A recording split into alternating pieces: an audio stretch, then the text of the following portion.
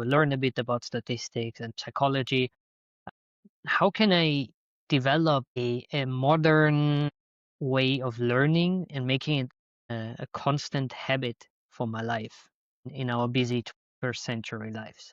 Do you have any ideas, hacks, or guidance that you could give so somebody said, okay, how can I keep and stay on track and not just buy the next course or book and then just let it rot in the corner and never open it? First, quite often I can hear they can't follow this and that course about investing, not our course, but investing, because it takes too much time.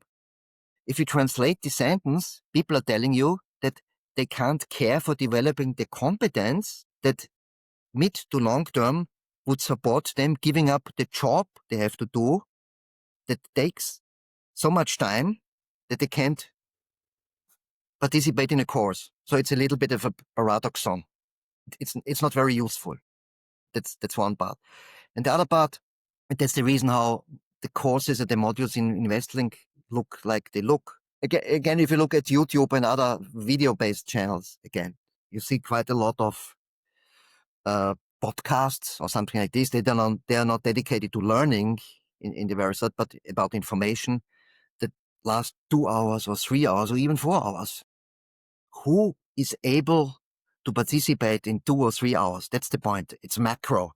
It's really a huge chunks of videos of information, and it's not very helpful. The solution might be, to my opinion again, so-called micro-learning.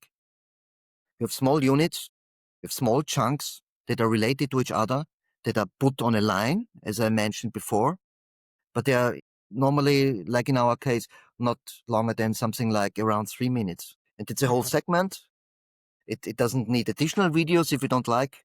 So you have the possibility to learn in between, to take a small portion, and then if you have to do something else, to return 1 hour later or next day or something like this. And that way, with this strategy of microlearning, it's much easier to integrate this permanent learning process into your daily life without losing the track. That's the point. That's our So beyond the maybe 40 hours per week of work we have, we try to get really some time in there where we learn, and maybe with this knowledge we are able to then like invest, make some more money, and then in future maybe don't need to work 40 hours, just 30, and then we have more time to learn again. Yeah, that's the point. But one shouldn't forget this, in this case, small micro chunks of videos. What's the function of videos? It's talking about certain aspects, in this case, of financing.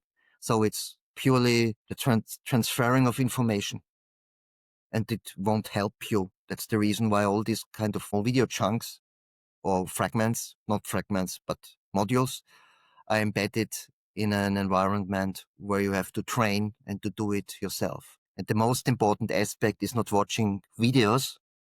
Doesn't matter if it's a pile of videos, or in our case, a line of videos. The main aspect where you really start developing competences based on information you receive in these videos and additional information. To try it yourself, paper trading, not with real money, to do certain exercises, because that's when you learn how to invest. You open your depot, you start investing with game money, so-called paper trading, and you see how it works.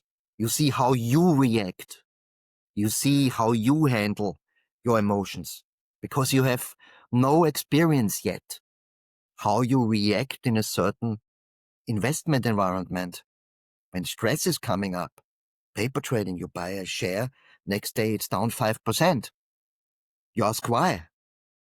You are happy because it's just paper trading and not real money. So you can also learn how you behave, who you are. And that's much more relevant than these videos on which everything is based. The videos give the hints, give you structure, tell you about the most important things, transfer structured knowledge about any important and relevant aspect of the financial aspect, and then you have to learn. And we can coach, we can, in a limited way, be mentor, but it's about yourself.